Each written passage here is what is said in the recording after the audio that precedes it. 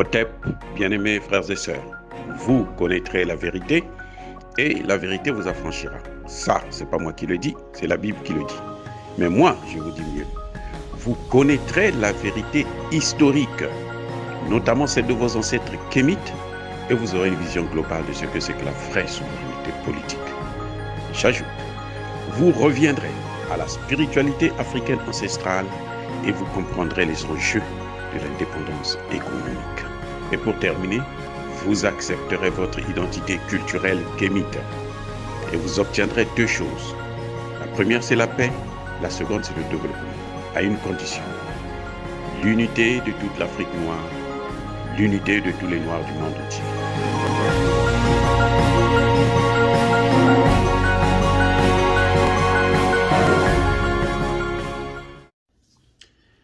Otep à tous, bienvenue sur la chaîne des panafricanistes par essence, par conviction et par excellence. Celle des citoyens kémites par nécessité et obligation de combat. Nous sommes une chaîne qui n'est guidée que par nos ancêtres et rien que par les ancêtres qui appartiennent à l'égrégore du monde noir. Par conséquent, nous ne croyons en aucun Dieu venu de l'étranger. Toutefois, cette vidéo n'est aucunement destinée à inciter ni à la haine ni à la violence. Car nous menons un combat qui est d'abord et avant tout spirituel. Ensuite, il est politique, géopolitique et géostratégique. Contre l'impérialisme, le colonialisme, le néocolonialisme et l'endocoloniat. Sur la base du principe fondamental qui nous a été légué par nos ancêtres kémites, qui est celui de la Mahat, c'est-à-dire vérité et justice. Vous êtes donc en droit de connaître la vérité, et nous avons l'obligation de vous dire la vérité, rien que la vérité, afin que justice soit rendue au continent africain. Et ça, c'est notre modeste contribution dans cette noble lutte en faveur de la souveraineté, la dignité et l'unité africaine. Et ça, ce n'est plus ni moins que le panafricanisme. Bien-aimés frères et sœurs, Macky Sall était cette semaine en Russie. Il est allé rencontrer Vladimir Poutine. Ils ont discuté ensemble. Il y a deux choses qui m'ont frappé, qui ont retenu effectivement mon attention. D'abord, au niveau de la forme, il y a bien entendu deux symboles, et au niveau du fond, il y a deux idées principales qui sont sorties de là, que beaucoup des commentateurs plutôt, n'ont pas soulevées. Notamment France 24, RFI et les autres, ils n'ont pas du tout parlé de ça. Alors que c'est ça l'essentiel. D'abord, sur la forme. Sur la forme, nous avons vu deux hommes qui se rencontrent. Vladimir Poutine reçoit son hôte à Sochi. Et le décor, il est complètement différent de celui qui a concerné le voyage de Emmanuel Macron en Russie. Emmanuel Macron a été reçu au Kremlin et Macky Sall a été reçu à Sochi. Là, nous voyons, il y a deux grands symboles qui sortent de cette situation. D'abord, le décor. Le décor, vous allez voir que lorsque Emmanuel Macron arrive en Russie, il y a une table de plus de 10 mètres. Donc, les deux gars sont distants. Ils sont distants physiquement, mais ils sont aussi distants dans les idées et dans les pensées. On a vu vraiment Vladimir Poutine prendre ses précautions, marquer vraiment sa distance, son éloignement par rapport à son hôte qui est Emmanuel Macron. Ça, c'est le premier symbole, la table. Ils sont assis l'un et l'autre de part et d'autre, mais alors vraiment éloignés. Il n'y a pas, c'est-à-dire qu'une relation des gens qui se connaissent, pourtant depuis longtemps, mais qui s'aiment aussi, qui ont l'un pour l'autre une considération de respect et de confiance. Là, il n'y a pas de confiance du tout. La distance, là, ça marque le manque de confiance. La deuxième chose, c'est que Vladimir Poutine ne reçoit pas n'importe qui à Sochi.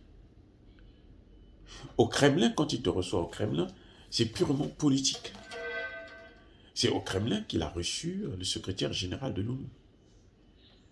C'est au Kremlin qu'il a reçu Emmanuel Macron. Mais à Sochi, c'est une ville de proximité. Proximité parce que Vladimir Poutine ne reçoit pas n'importe qui à Sochi. La première fois, en 2019, lorsqu'il a organisé la rencontre Russie-Afrique, ça s'est passé à Sochi. Donc, et c'était vraiment une amitié, une fraternité. Et c'est ça que Vladimir Poutine a voulu montrer à Macky Sall. J'espère qu'il a compris le message. Et ce qui est encore plus important à comprendre l'aspect de proximité, c'est que il n'y a plus une table de 10 mètres de long, où il n'y a même pas de poignée de main. Tu restes là-bas, moi je reste ici. On se méfie de son invité. Mais là, Macky Sall est assis à moins d'1 mètre de Vladimir Poutine. Il se serre la main. Vladimir Poutine le reçoit sans masque. Le président Macky Sall, qui avait pris la précaution d'aller avec son masque, il était même confus. Il se dit, mais attendez, lui il me reçoit sans masque, pourquoi je vais mettre le masque? Il était obligé d'enlever le masque devant son hôte. Tu vois, vous voyez, ça montre bien que il y a un message qui est là, qui est clair. Que la relation que la Russie entretient avec l'Afrique n'est pas la même. Pourquoi je dis avec l'Afrique? Parce que le président sénégalais n'est pas allé en tant que président du Sénégal. Il est allé en tant que président de l'Union africaine, y compris donc le Sénégal. Et pour bien montrer qu'il est allé en tant que président de l'Union africaine, il s'est fait accompagner par le président de la Commission de l'Union africaine. Donc, on voit bien que Vladimir Poutine est très proche de l'Afrique. En recevant Macky Sall de cette façon. Vraiment de façon cordiale, de façon amicale, de façon fraternelle, de façon très proche l'un à l'autre, dans les idées, dans la façon de penser et dans les relations à venir. Maintenant, quand nous rentrons dans le fond, nous avons le même problème. Nous avons là deux hommes qui soulèvent deux idées essentielles. Vladimir Poutine parle de la colonisation et Macky Sall parle de la position des pays africains vis-à-vis de la Russie, de la reconnaissance. Parce que Vladimir Poutine rappelle à Macky Sall que moi, je ne vous ai jamais colonisé. Je ne suis pas comme les autres. Eux, ils vous ont pris en esclavage et ils vous ont colonisé. Et maintenant, ils veulent vous recoloniser encore. Parce que le néocolonialisme a atteint ses limites. Maintenant, ils veulent vous recoloniser. Le néocolonialisme ne tient plus. Il y a une différence entre la colonisation et le néocolonialisme. L'esclavage, c'était les Blancs viennent nous prendre chez nous et nous amènent à aller dans des plantations en Amérique, en Europe, et nous sommes vendus comme du bétail. Ça, c'était l'esclavage. On nous fait travailler pratiquement gratuitement. Et on nous fait travailler à des heures dans des conditions épouvantables. Et beaucoup de nos parents sont morts dans les champs parce que le travail était très dur. La colonisation, on dit, cette fois-ci, on ne les déplace pas. Mais nous allons chez eux et on les fait travailler chez eux. Et on pille tout ce qu'ils font, tout le produit de leur travail, on amène chez nous. Le néocolonialisme, la différence, c'est que là, les Blancs ne viennent plus travailler. Ils viennent prendre quelques Africains qu'ils formatent, qu'ils préparent pour venir préserver leurs intérêts en Afrique, pour venir faire exactement ce que eux ils faisaient en Afrique. Et la recolonisation, c'est revenir encore, c'est avec des bases militaires carrément pour venir frapper. C'est pour ça que vous entendez Ursula von der Leyen de l'Union européenne dire que, mais depuis quand il faut punir ces Africains parce qu'ils pensent autrement, parce qu'ils n'ont pas pensé comme nous, parce qu'ils ne nous ont pas soutenus contre la Russie. Et les États-Unis ont adopté une résolution HR 7311 pour dire qu'il faut frapper tous les pays qui coopèrent avec la Russie. Ça, c'est la recolonisation. Et on est entouré des bases militaires. La Russie dit, Poutine dit à Macky Sall, je ne suis pas de ceux-là. Moi, chaque fois que je suis venu en Afrique, c'est pour un combat de la liberté. C'est pour vous aider à vous libérer. C'est pour soutenir votre autonomie, votre indépendance, votre souveraineté. Quand je viens en Afrique, je respecte votre souveraineté.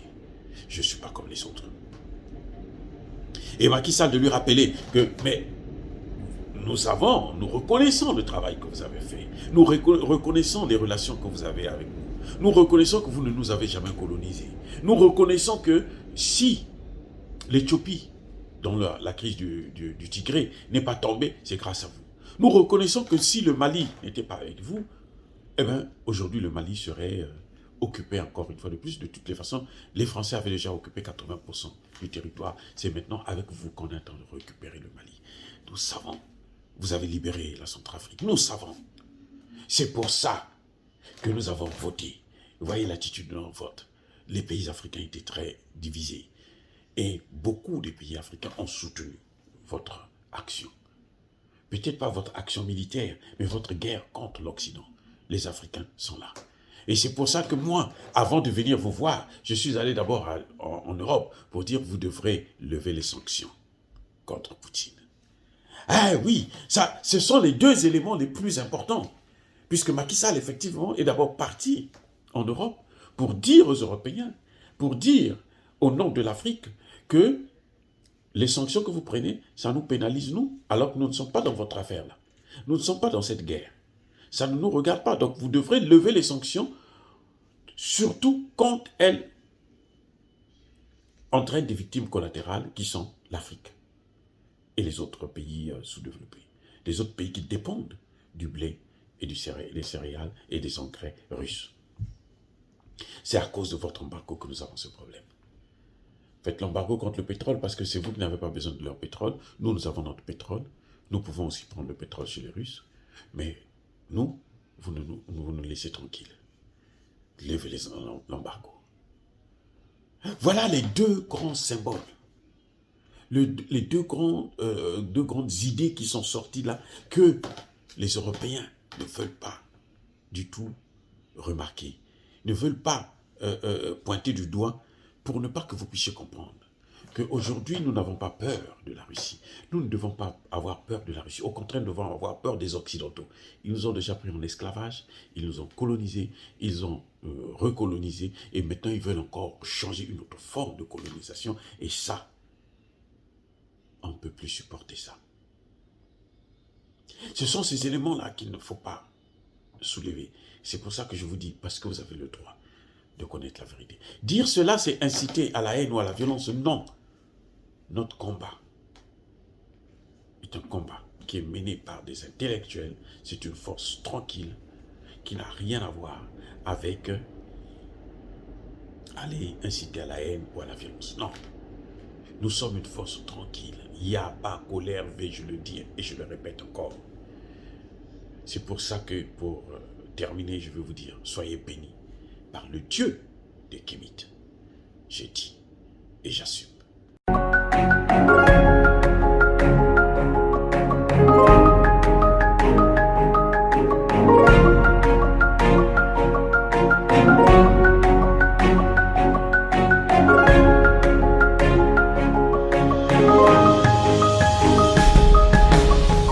eux, ils marchent par la foi et non par la vue. Mais moi, je vous conseille vivement de marcher par la connaissance scientifique et historique, notamment celle de nos ancêtres kémites, par les 5 sens et par l'intelligence. Hotep, vive l'Afrique éternelle et que Dieu vous bénisse. Abou Apia.